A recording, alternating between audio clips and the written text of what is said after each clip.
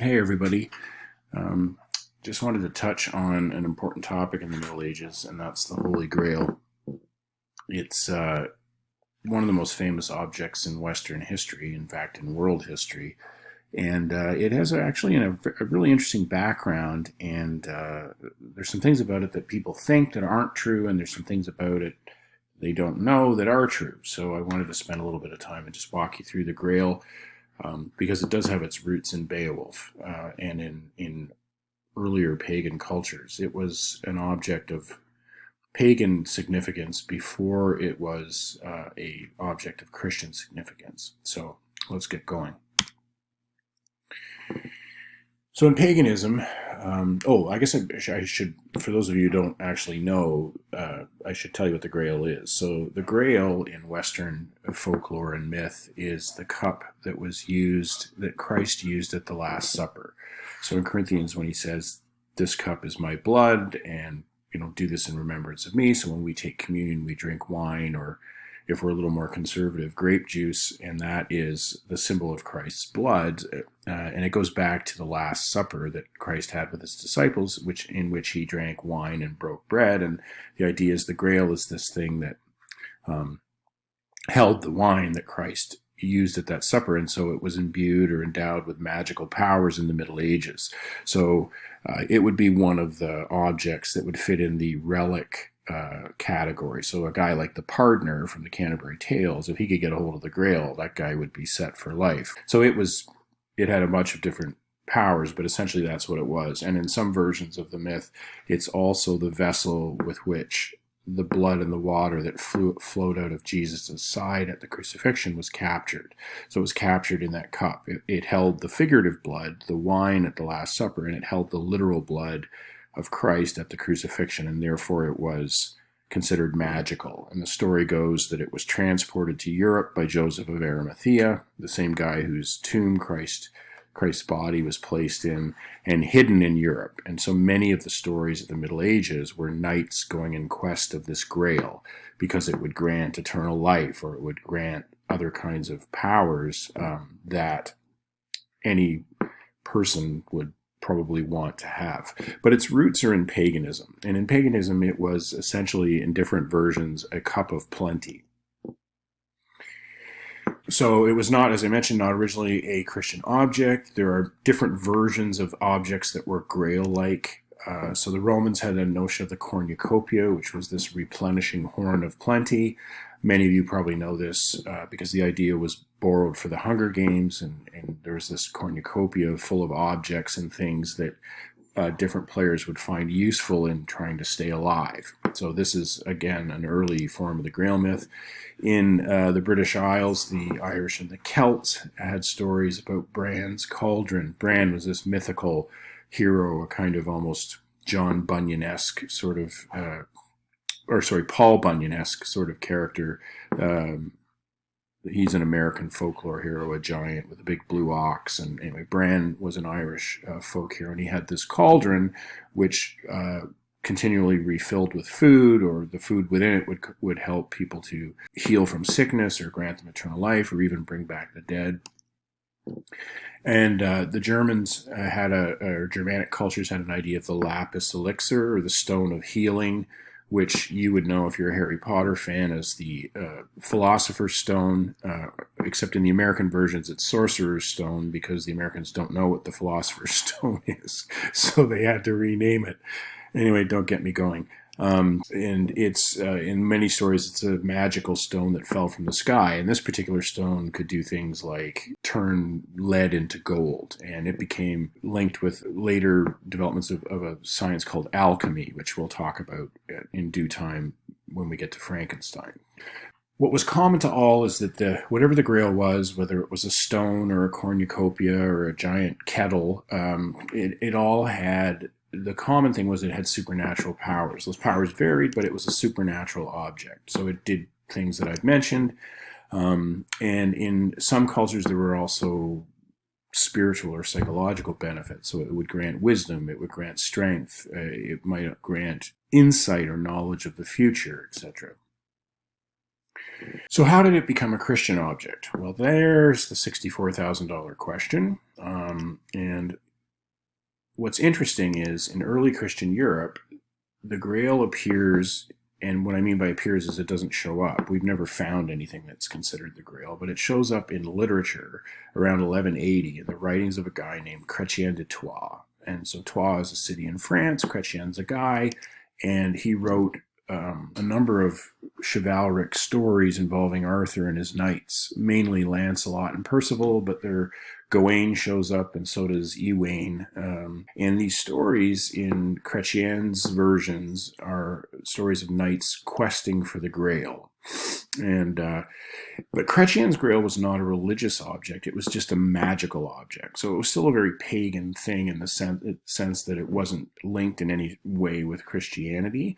And the stories are more about trial and adventure, sort of like Gawain, rather than, say, other stories like Malory's stories of Arthur. Malory was an Englishman that were much more spiritual and much more Christian, quote unquote.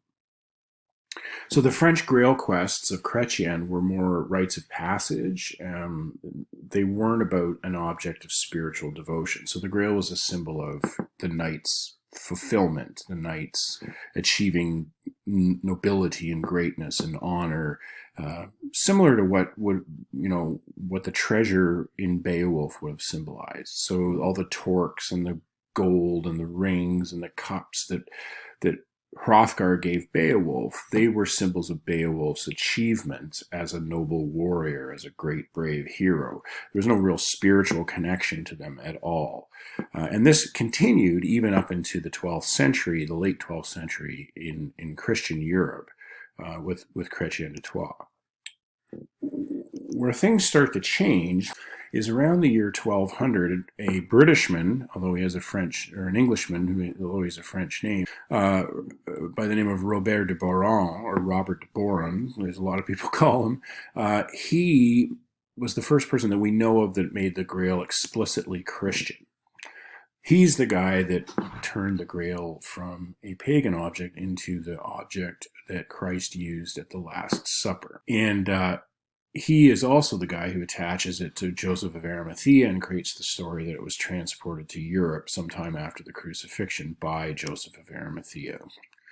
So it's that real moment, that year, that the Grail moves from being a pagan object to being a Christian one. So we know that Joseph of Arimathea donated Jesus' tomb, and the story goes that after the crucifixion, some of the disciples leave Palestine for southern France, and they take Mary Magdalene with them, and the Grail, obviously. The Grail is then lost or hidden to keep it from falling into the wrong hands, obviously because it's magical. And that's the basic story. After that, the Grail becomes part of literature, and it is a Christian object that knights quest after. So some of the groups that are related to the Grail in this story timeline, one of the most important groups is the Knights Templar. And they were knights, so they were like actual knights, like the knight in Chaucer's tale, but they were also fully recognized priests and monks. So they were a combination of the church and the state in a really interesting way.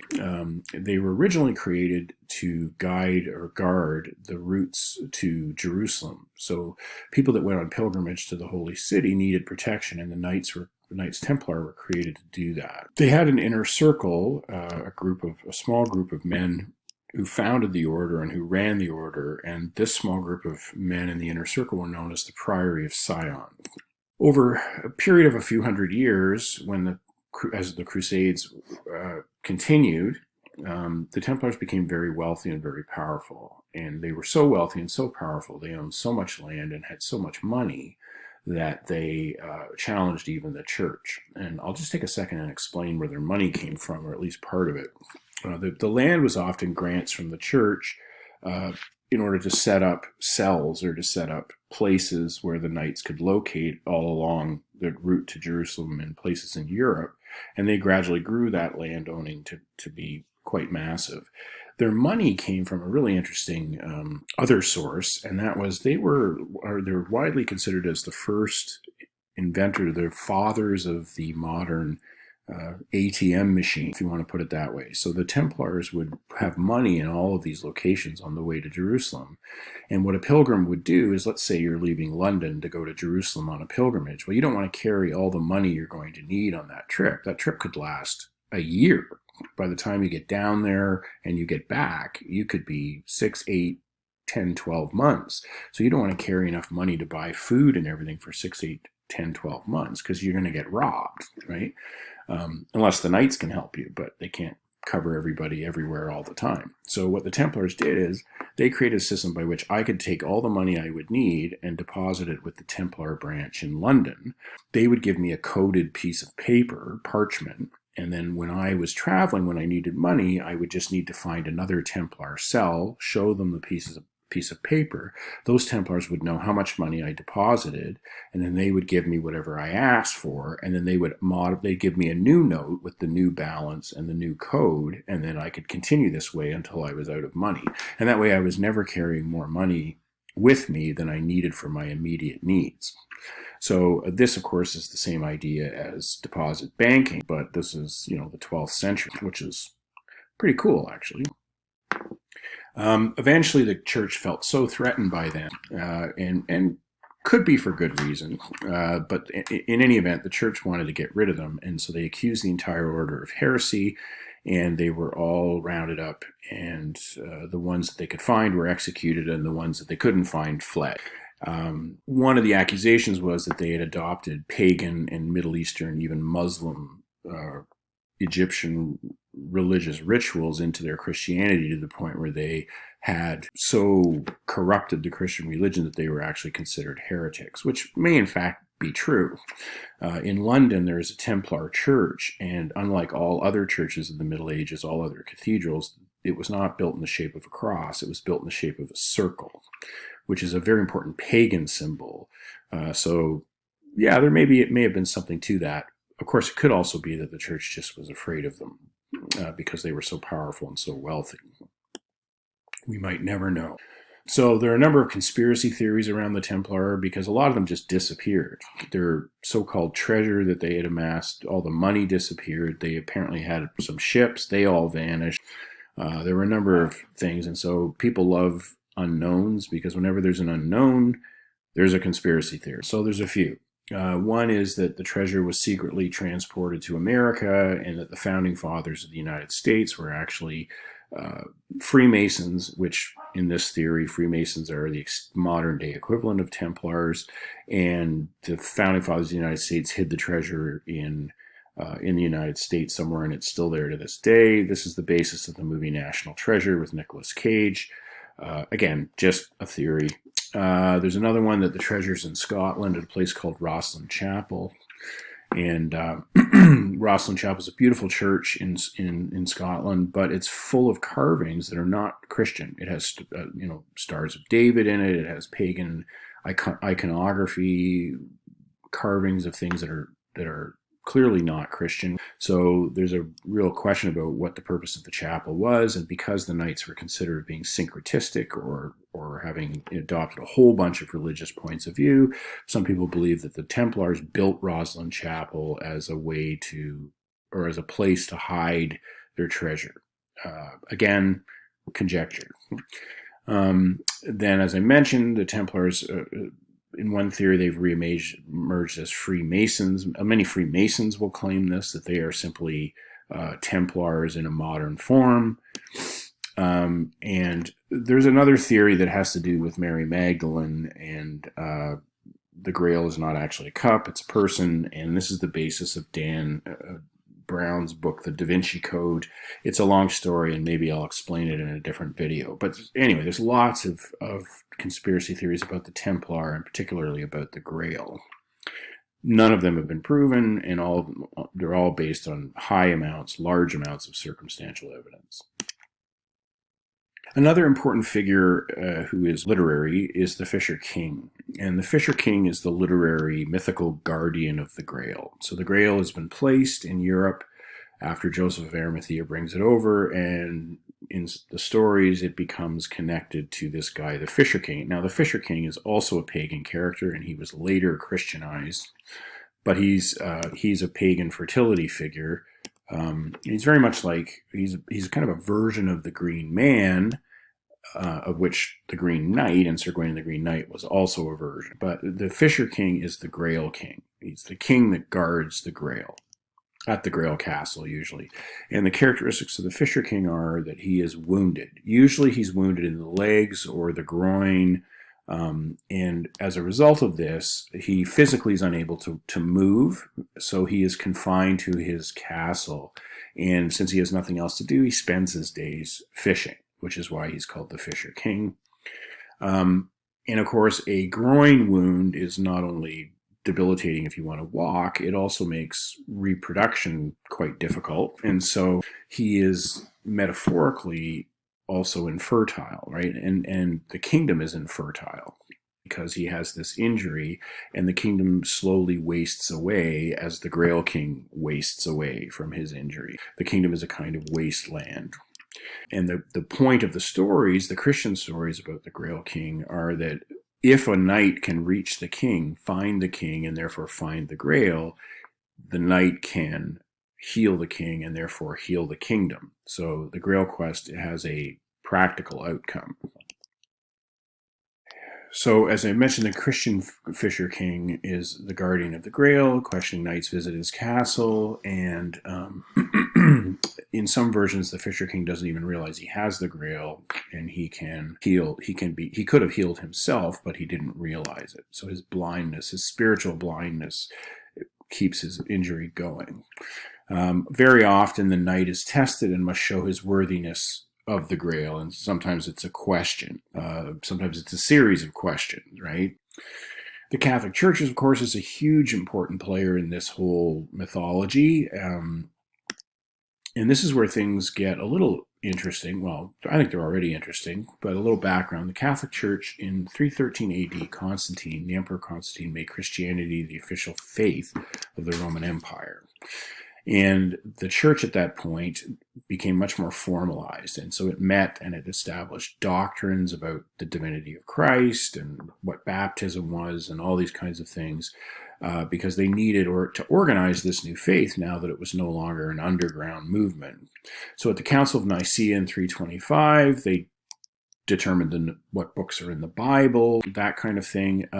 They also said that Peter was the first pope, although he'd been dead for 200 years, at least by this point. From that point, the church kind of moved forward, and it slowly gained power and status in Europe until it was the most powerful organization in the Western world. What's interesting is that the Catholic Church has never recognized the Holy Grail as a sacred object. It's recognized earwax and finger bones and pieces of wood and pieces of cloth and all kinds of things, but it has never recognized the chalice or the cup that Christ drank from as a sacred object. And this goes back to the idea that it's essentially a pagan object and not a Christian one. So the Grail's not mentioned in Scripture, and it's not in any ancient Christian records, and so the church basically kind of ignored it. What the Grail really is what I'm saying, is it's a pagan artifact that was baptized by poets and not by popes. So it was made into a Christian object by writers, not by theologians. And this is, I think, a point that most people don't realize. I think most people think the church believes in it or values it, which they really just don't care about it. So what it is it's a symbolic link between our past pagan, and by our, I mean British English, because it's what we're studying, English literature, and the church and the people in the Middle Ages. It's kind of like the treasure in Beowulf, right? It comes to represent the qualities of true knighthood in the Middle Ages, the way that gold and treasure did in Beowulf. The pagan artifacts, the cauldrons, the stones, the cornucopias, they represented they represented courage, loyalty, and lineage. The Christian version is faith, purity, and sacrifice, which are similar but much more biblically friendly. So there's a quick run through of the Grail and its history, and it is a fascinating object that still gets mentioned. You know, it is one of those enduring artifacts that just continue to pop up in stories. And again, I may make another video